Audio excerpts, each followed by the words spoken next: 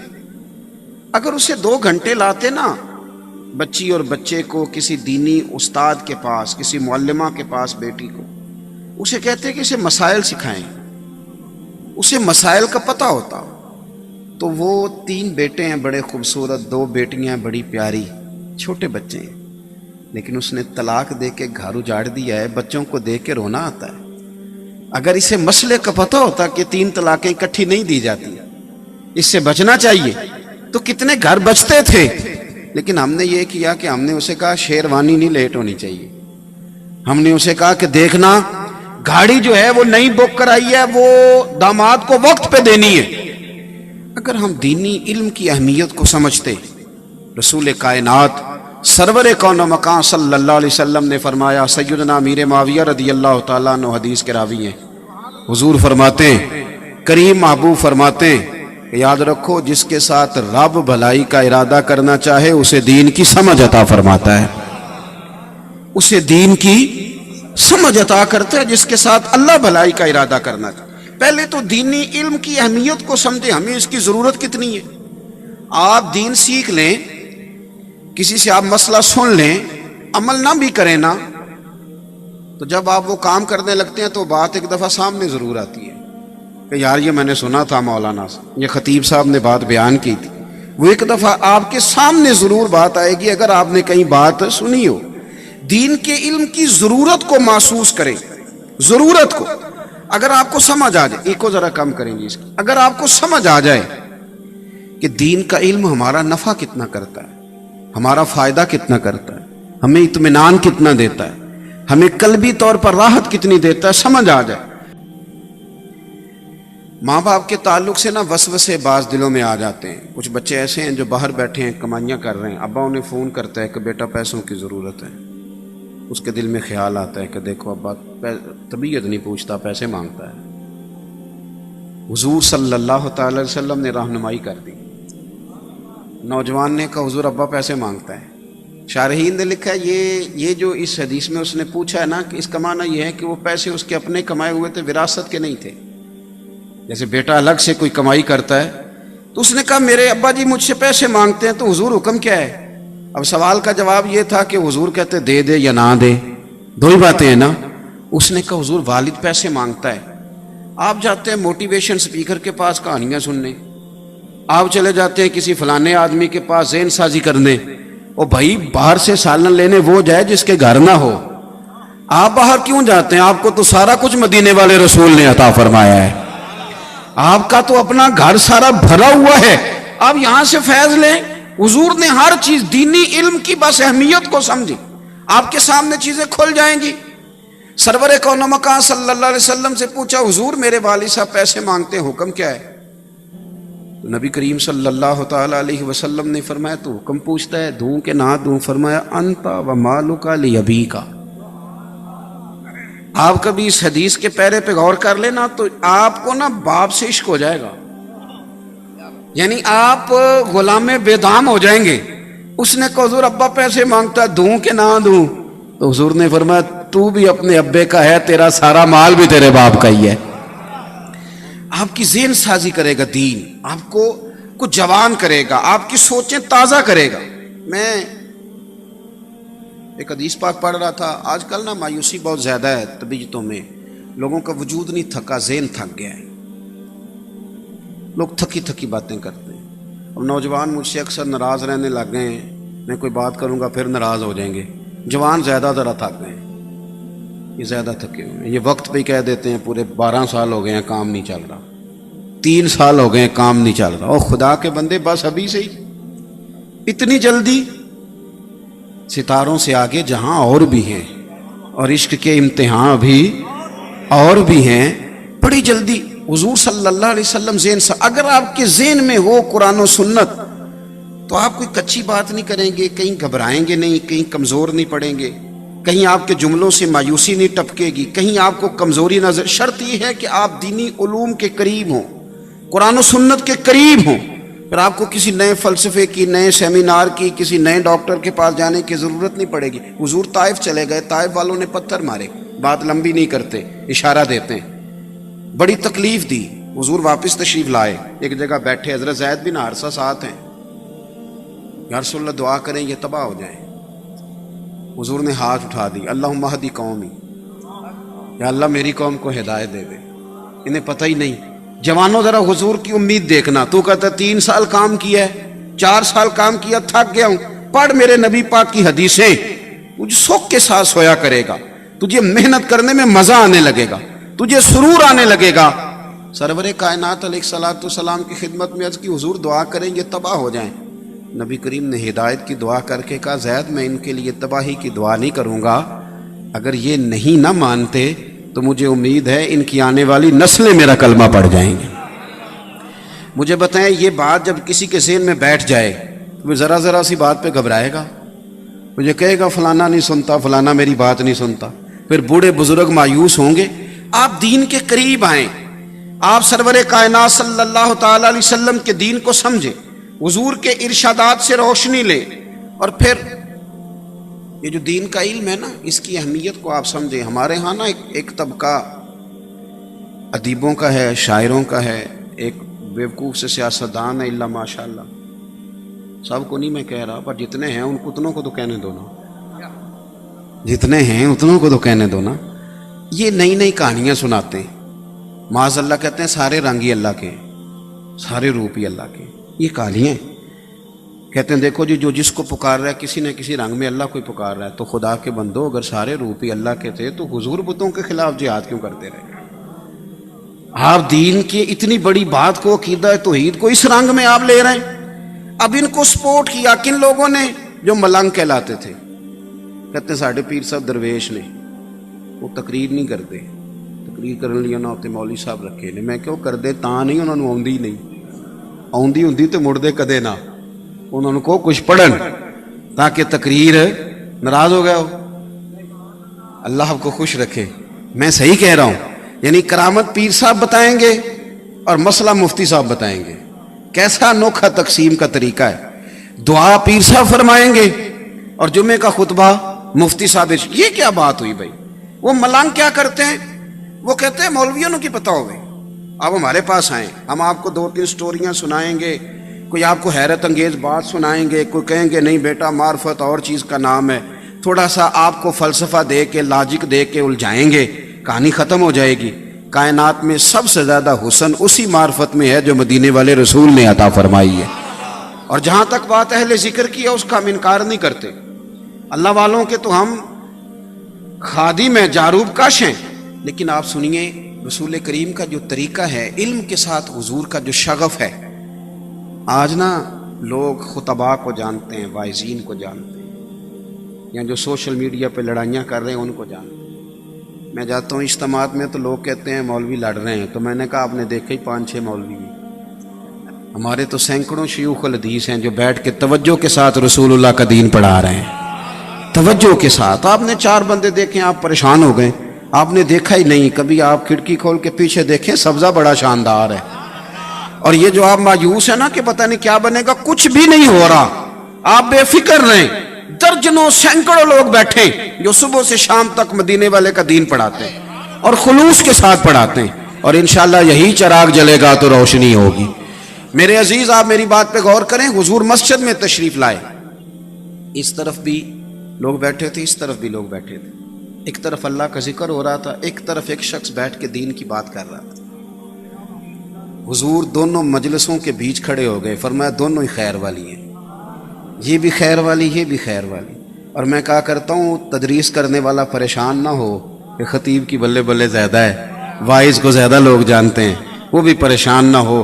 کریم نے کتنا کرم کیا، ادھر بھی دیکھا ادھر بھی دیکھا، فرمایا مجلسیں دونوں خیر والی ہیں، پر انی بعثت معلماً، مجھے تو رب نے استاد بنا کے بھیجا ہے نا، میں تو معلم ہوں نا۔ یہ لفظ کہتے کہتے حضور علم والی مجلس میں بیٹھ گئے، اس مجلس میں جہاں دین کی بات ہو رہی۔ تو اس اہمیت کو سمجھیں، دینی علم کی اہمیت کو سمجھیں۔ پھر جو آیت میں نے پڑھی، اللہ کریم نے فرمایا انما یخشی اللہ من عبادہ العلماء، اللہ کے بندوں میں سے جو عالم ہیں وہ اللہ سے ڈرتے ہیں۔ عالم پیر بن بھی جائے نا تو اس کی زیادہ کرامتیں نہیں ہوتی، اس نے کوئی بات سنانی ہے تو سوچ سمجھ کے ہے نا. تو جاہل جو ہوتا ہے اس کو تو عام اجازت ہے نا جو مرضی کہتا رہے. علم خشیت پیدا کرتا ہے، جسے جس چیز کا پتہ چل جاتا ہے نا پھر اس سے ڈرتا ہے، خشیت پیدا کرتا ہے. حضرت عبداللہ ابن مسعود رضی اللہ تعالیٰ عنہ فرمایا کرتے تھے کثرت کیلو کال والا عالم نہیں ہوتا. وہ تو آپ ویسے پنچایت میں بیٹھے ہیں تو کچھ بندے ایسے ہیں جو بولنے نہیں دیتے، بالکل ان پڑھ ہیں، کہیں سے نہیں پڑھے، بڑی باتیں کرتے ہیں، بڑی داستانیں، ان کے پاس آپ بیٹھے ہو تھکنے نہیں دیتے، اور بات ان کی کہاں سے شروع ہوتی ہے وہ ختم ہی نہیں ہوتی، تو آپ ان کو عالم تھوڑا سمجھ لیں گے. حضرت عبداللہ ابن مسعود یہ آیت پڑھ کے فرمایا کرتے تھے کثرت کیلو کال والا عالم نہیں ہوتا بلکہ رب سے زیادہ ڈرنے والا عالم ہوتا ہے، جس کی باتیں محتاط ہوں، جس کی گفتگو محتاط ہو، جس کا لب و لہجہ محتاط ہو. یہ ذوق جب طبیعت کے اندر آتا ہے علم کا پھر ساتھ ساتھ خشیت آتی. آپ بڑے لوگوں کو دیکھ لیں، ان کے دعوے کوئی نہیں تھے. آج تو ہمارے بڑے بڑے القابات ہیں، اور جو روایتی نقیب ہوتے ہیں محافل میں انہوں نے پکے لقب یاد کر لیے ہوتے ہیں، جو آتا ہے سب کے ساتھ ایک ہی جڑ دیتے ہیں، پکے کٹھے یاد کر لیے. ان کو نہیں پتا یہ بندہ اس کا اہل ہے کہ نہیں، وہ کہہ دیتے ہیں، بول دیتے ہیں. عزیز بھائی آپ دیکھیں کہ حضرت عمر فاروق رضی اللہ تعالیٰ عنہ کی نبی پاک نے شانیں بیان کی. شانیں حضور نے کہا جس گلی سے میرا عمر گزرے شیطان رستہ بدل جاتا ہے. حضور صلی اللہ تعالیٰ علیہ وسلم نے فرمایا میرے بعد اگر نبی ہوتے تو خطاب کے بیٹے عمر ہوتے. لیکن علم خشیت پیدا کرتا ہے نا، جب کوئی جان لیتا ہے پھر وہ ڈرتا ہے. حضور نے ان کی شانیں بیان کی. انہوں نے ساری زندگی ایک ہی بات کی، لوگوں میں اونٹ چرانے والے کا بیٹا، میں اونٹ چرانے والے کا بیٹا، مجھ سے تو 10 اونٹ نہیں سنبھالے جاتے. اب خشیت آ گئی ہے نا، اب مزاج اور ہو گیا ہے، اب ذہن سازی اور طرح کی ہو، مزاج اور. جب آپ کے اندر خشیت آنے لگتی ہے، خشیت، پھر آپ کے اندر وہ قرار آتا ہے، قرار کہ آپ محسوس کرتے ہیں کہ اب نہ میرے لیے عمل کرنا آسان ہو گیا. اب ایسا نہیں ہے کہ میں لفظوں میں کچھ اور کہتا ہوں اور عمل میرا کچھ اور ہے، پھر آسانی سے انسان عمل کرنے لگتا ہے.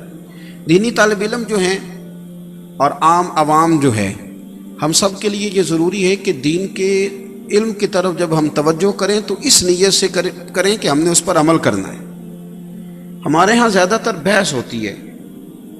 ہم کہیں سے کوئی بات سنتے ہیں، پھر جا کے اپنے محلے کے امام کو کہتے ہیں کہ آپ نے تو یہ بات کبھی نہیں سنائی، تو یہ دیکھیں آج میں نیا مسئلہ سن کے آیا ہوں. وہ معاملات جن کے اندر گنجائش ہے، مستحبات ہیں، وہ کہیں کرتا دیکھ لیں تو آ کے ہم اپنے امام کے ساتھ بحث شروع کر دیتے ہیں. یہ لڑائی نہیں کریں، آپ علم کا ذوق پیدا کریں، اور اس لیے نہیں کہ بحث کرنی ہے. نبی پاک صلی اللہ علیہ وسلم نے فرمایا جس نے علم اس لیے حاصل کیا کہ جاہلوں پہ روب جمائے گا یا علماء سے بحث کرے گا، اسے تو اللہ جنت کی خوشبو بھی نہیں دے گا. آپ عمل کے لیے علم حاصل کریں، عمل کے لیے، اور شوق کے ساتھ، شوق کے ساتھ.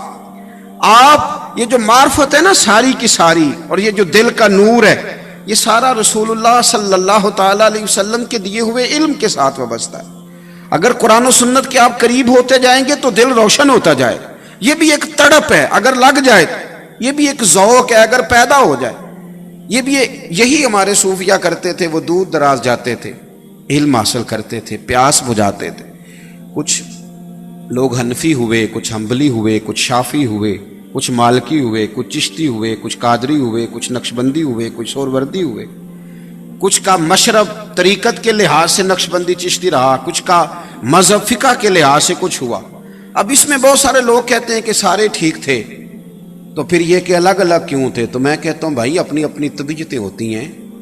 کچھ لوگوں کو ایلوپیتھک دوائی سے آرام آتا ہے، اور کچھ کہتے ہیں میرا گزارا ہی ہومیوپیتھک سے چلتا ہے، اور کچھ کہتے ہیں تم دونوں ہی چھوڑو، کوئی اچھا حکیم بتاؤ کہاں ملتا ہے. تو جس قسم کی طبیعت ہوگی آپ اس قسم کے حکیم کے پاس چلے جائیں گے. یہ سارے ٹھیک ہیں. طبیعتوں کا، مزاجوں کا معاملہ تھا تو اللہ تبارک و تعالیٰ نے ان سب کو حق والا بنایا. اب کوئی آدمی دور دراز چل کے گیا ہے، اس نے جا کے وہاں سے فیض پایا تو بڑی اچھی بات ہے، اس کا حصہ وہیں تھا. حضرت بقی الدین ابن مخلد، علم کی تڑپ پیدا ہو گئی دل میں. ہمارے طلباء نا، اب طالب علموں سے تو آج پیار کا دن ہے نا جی، لیکن چلو پیار کی بات ہی ہے. یہ بھی ہمارے طلباء ہوں یا کسی طریقت سے وابستہ لوگ ہوں یا کسی جگہ جمعہ پڑھنے والے ہوں یا کسی بھی شعبے سے تعلق رکھنے والے لوگ، ہمارا مزاج یہ ہوتا ہے کہ جو چیز ہمارے پاس ہوتی ہے وہ نہیں صحیح لگتی، اور جو ہم سے دور ہوتی ہے وہ ذرا زیادہ ٹھیک لگتی ہے، مزاج ہوتا ہے۔ جو چیز قریب آ جائے نا اس کی قدر آہستہ آہستہ کم۔ جو لوگ یہاں سے گئے ہیں نا سعودی عرب اور خانہ کعبہ کے قریب انہوں نے رہائشیں کر لی ہیں، وہ زیادہ طواف نہیں کرتے۔ میں نے بھی ایک دو سے پوچھا کہ آپ آئے نہیں شام میں وہاں، تو کہنے لگے وہ ہم تو کرتے رہتے ہیں، ہم نے کہا دوسروں کو بھی موقع دینا چاہیے۔ اسی لیے شاید امام اعظم ابو حنیفہ رحمۃ اللہ علیہ منع کرتے تھے کہ حرم میں رہائش نہ کرو، تم قدر نہیں کر سکو گے۔ یہاں وہ آدمی رہائش کرے۔ حضرت عمر فاروق رضی اللہ تعالیٰ عنہ حج کے بعد درہ اٹھا لیتے تھے، فرمائے حج ہو گیا، آپ گھروں کو جاؤ، زیادہ وقت گزارو گے تو قدر کھو دیتا ہے یہ نظام۔ تو بھائی ہمارا مزاج ہوتا ہے، کئی دفعہ طلب پیدا ہو جائے نا طبیعت میں، ہمارے طالب علموں کا وہ خاص ذوق بنے نا علم حاصل کرنے کا، وہ شوق، تو اگر آپ کے اندر شوق زیادہ ہو تو آپ استاد کے سینے سے بڑا کچھ کھینچ سکتے ہیں۔ عام آدمی کا اگر طلب کا ذوق زیادہ ہو نا، وہ کئی دفعہ سوال کرتا ہے تو بڑا کچھ لے لیتا ہے، وہ حاصل کر لیتا ہے۔ کئی عام آدمی ہوتے ہیں وہ ویسے ہی علماء کے پاس اٹھتے بیٹھتے ہیں لیکن بڑا خاص نقطہ کئی دفعہ دے جاتے ہیں، اس لیے کہ انہوں نے ذوق سے سیکھا ہے، توجہ سے بات سنی ہے، ان کے پاس بات آ جاتی۔ بقی الدین ابن مخلد کہتے ہیں میرے دل میں علم کا شوق پیدا ہوا تو میں بغداد گیا امام احمد بن حنبل کے پاس، اور اتنا میں نے سفر کیا کہ مہینہ بھر میں نے ڈھب سے روٹی نہیں کھائی، علم کے لیے نکلا۔ یہاں تو آج کل مرید آنے سے پہلے فون کرتا ہے کہ تیاری کر لو پیر صاحب میں آ رہا ہوں، پہلے سے فون جاتے ہیں، بڑے معاملات ہے، نظام ہے۔ کہتے ایک مہینہ روٹی نہیں کھائی۔ جب میں وہاں گیا نا بغداد میں، پتہ چلا کہ امام احمد بن حنبل کا تو مدرسہ ہی بند ہے، ان کو تو بادشاہ نے قید کر دیا ہے، بڑی بڑی سختیاں آئی ہیں۔ یہ بھی ایک الگ داستان ہے۔ امام بخاری جن کی کتاب قرآن پاک کے بعد سب سے صحیح کتاب ہے، لوگوں نے ایک جگہ رہنے کی جگہ نہیں دی، پوچھئے گے کبھی علماء سے۔ یہ بھی ایک داستان ہے کہ امام بخاری نے پھر ایک شام دعا مانگی، اللہ تیری زمین بڑی وسیع ہے پر مجھ پر تنگ ہو گئی، میرے لیے کوئی رحمت والا فیصلہ کر۔ تو امام بخاری کا رات وصال ہو گیا۔ بے قدراں کچھ قدر نہ جاتی، کیتی خوب تسلی ہو، دنیا دار پجاری زردے کتیاں دے گل ٹلی ہو، بک بک روسن اکھیاں تکیو ویکھ حویلی کلی ہو، تے کوچ نصیر اساں جدوں کیتی پہ جانی تھر تھلی ہو۔ پھر بعد میں کئی دفعہ لوگوں کو یاد آتا ہے کہ یہ بھی چیزیں تھیں۔ بعد میں حضرت امام احمد بن حنبل کا مدرسہ، اتنے بڑے امام ہیں، مدرسہ بند ہو گیا، بادشاہ کو پسند نہیں آیا، وڈیرے سردار چودھری وہ کہتے ہیں یہ مولوی مضبوط ہو گئے تو کل کو ہمارے مقابلے میں کھڑے ہو جائیں گے۔ امام صاحب پابند سلاسل ہیں، گھر میں ان کو قید کر دیا گیا، دروازے پہ پہرے دار کھڑے کر دیے، کس بات پہ؟ کہ وہ حضور کی حدیث نہ پڑھائے۔ بقی الدین ابن مخلد کہتے ہیں جب میں نے سارا دیکھا نا تو میری طلب تھی نا، جو طلب ہوتی ہے اس کی بڑی بات ہوتی ہے، اوہو میری طلب بھی تو تیرے کرم کا صدقہ ہے۔ طلب تھی نا کہ میں نے کچھ لینا ہے۔ میں نے لوگوں سے پوچھا امام صاحب کا گھر کہاں ہے؟ انہوں نے کہا ہم بتا نہیں سکتے۔ میں نے ایک شخص کی منت کی، چل یار مہربانی کر تھوڑا بتا۔ یہ جو بہت زیادہ اللہ تعالیٰ کسی کو عزت دیتا ہے نا، یہ تو کسی وقت جا کے آتی ہے۔ یہ جو پرانا وقت ہوتا ہے آزمائشوں کا، وہ تیری آنکھ ہو یا سنگ ملامت کی چبھن، کون پہنچا ہے میرے درد کی گہرائی تک، دور شہرت میں تو یاروں نے کیا یاد بہت، اور ساتھ آیا نہ کوئی کوچے رسوائی تک، اور درویش نے کہا تھا ساری عمر یہ آٹا گد ہے، لکھاں کیتے نہیں پیڑے، اب وقت آیا ہی تے محمد بخشا کوئی نہیں ہو بیٹھا نیڑے، کوئی نہیں بات سنتا۔